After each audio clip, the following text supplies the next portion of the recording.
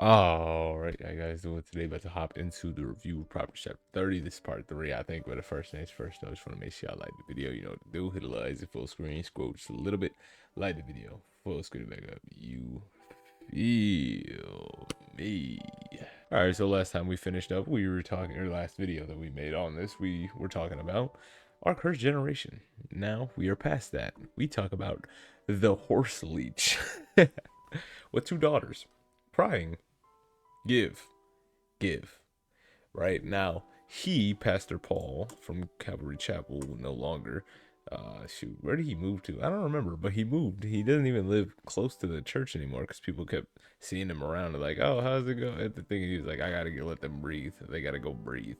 So he moved. But anyway, he reads in the ESV. So it says the leech has two daughters, give and give. These things are never, three things are never satisfied.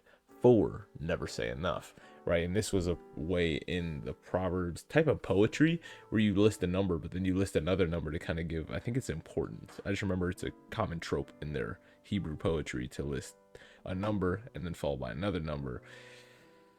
I'm not going to go where I want to go with that thing, but right.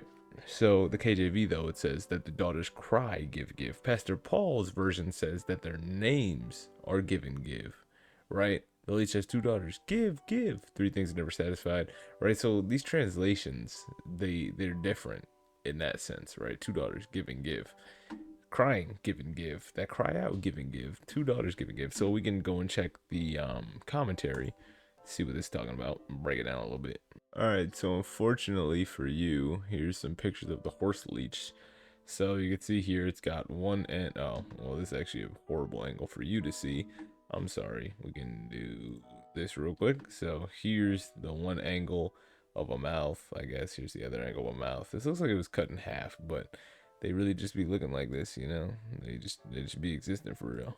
That thing is double sucking. Crazy work.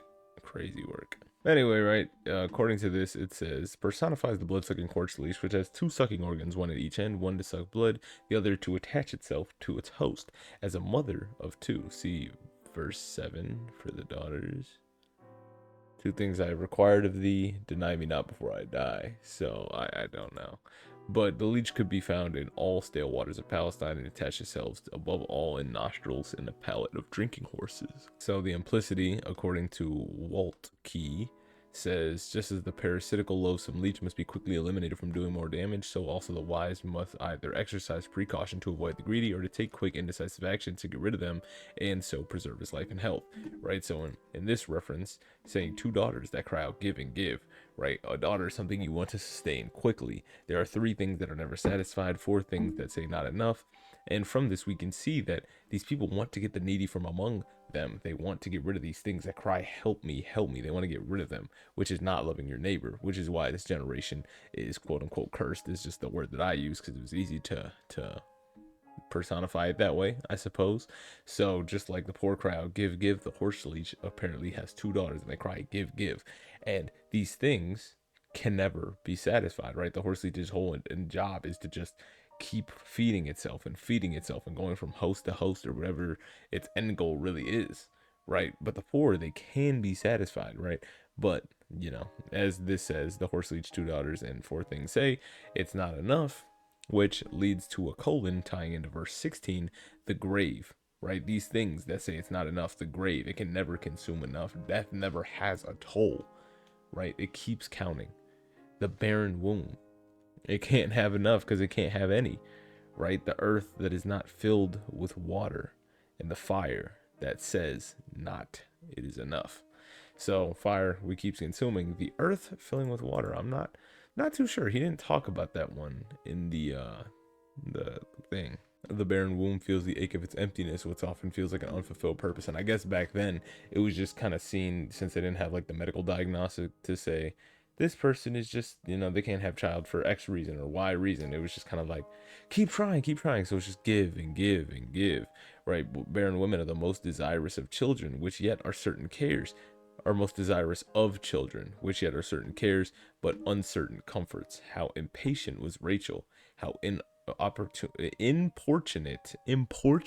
I don't think I've ever seen that word. I thought that was saying like inopportunistic or something. Persistent. Importunate is persistent, especially to the point of annoyance or intrusion, right? So, how importunate was Hannah? We can even add a name to this list, right? Sarah, Abraham's wife, and making of Ishmael with Hagar, you know? So then the earth that's not satisfied with water and the fire. The earth seems to be continuously drinking and absorb the water poured out on it. That makes sense. And fire will burn as long as there's enough fuel to burn. These are all examples of things that never seem to say enough. So the way that the greedy people take quick and decisive action, or wise people take decisive action to get away from the greedy who just say give and give, so are these things, right? The grave that wants you. It wants to add you to the collection of people that never die. The barren womb, the earth, and the fire. It's just imagery, right? And these are all observations. These aren't just like facts about things, right? These are observations that whatever the name of the guy who made this was, Agar, right? Agar, the son of Jakeh. Anyway, so we continue from that. The eye that mocks his father and despises to obey his mother, the ravens of the valley shall pick it out, and the eagles of the young shall eat it, right? So the eye that mocks his father, disobeys his mother, observation, the ravens of the valley pick it out, the eagles shall eat it. He's gonna reap what he sow. You're not doing the good stuff, some bad's gonna happen to it, right? 18. There be three things which are too wonderful for me. Yeah, four I don't know about. The way of an eagle in the air, the way of a serpent on the rock, the way of the ship in the midst of the sea, and the way of a man with a maid.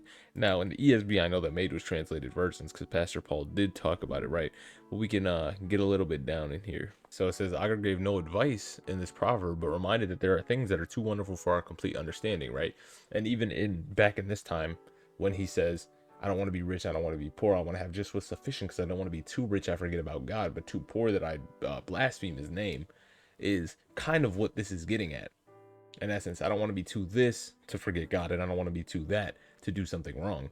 But back then, it was there are things too wonderful. It says, I don't know the way that a bird flies. I don't know the way of a ship in the sea, a serpent on the rock, or a man with a woman. I don't understand it. And that glory goes to God. Nowadays, we try to make our best hypothesis for things, test those things to say it's true or not, and we figure out different stuff, and whatever comes out of that is, don't give glory to God. Glory be to science, man. We figured out that this does this and this does that, right? But instead, back then, it was anything you didn't understand, you give power to God for, and the Christians still do that today, right? We still say, I know evolution isn't the case. One day, the light will be shed on man and his origin, as Charles Darwin said. However, when that light shines upon the origin of man, it's going to be with the way, the truth, and the light. From our Christian perspective, which is the truth, right? Yes. So we'll go back to here. It isn't entirely clear what these things have in common. Many suggestions, and they can all collectively be true. All four things are visible for a while, then hidden. All four things progress without leaving a trace. All four things have a mysterious mean of progress or motivation. All four things move in the domain of something else. All without leaving a trace, without being taught, and yet reaching their goals is one way to look at it. Different elements to negotiate as air, rock, and sea, I guess. And then also a young woman.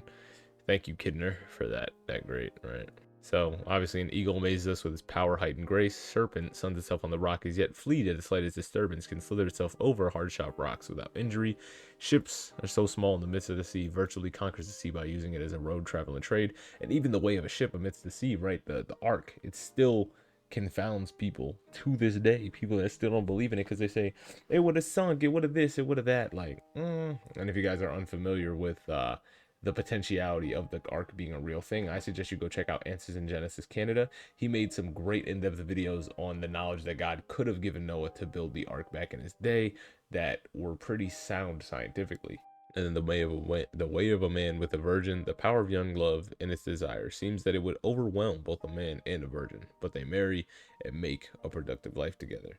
The mystery might begin with the manner of obtaining the love of the woman that focuses on the most intimate part of the human relationship, so the most intimate moments of love are at a heart what a sage considers to be wonderful. Using delicate imagery for love, his small poem sings an implicit praise to God for the glories of creation, especially for sexual love. Thank you, Waki, again. His awe of human eros with a virgin stands in contrast to the adulteresses who see nothing wrong with demanding her sexuality with another sexual partner to nothing more than eating a meal. Which, I like this way of looking at it even further, right? The way of a man with a virgin.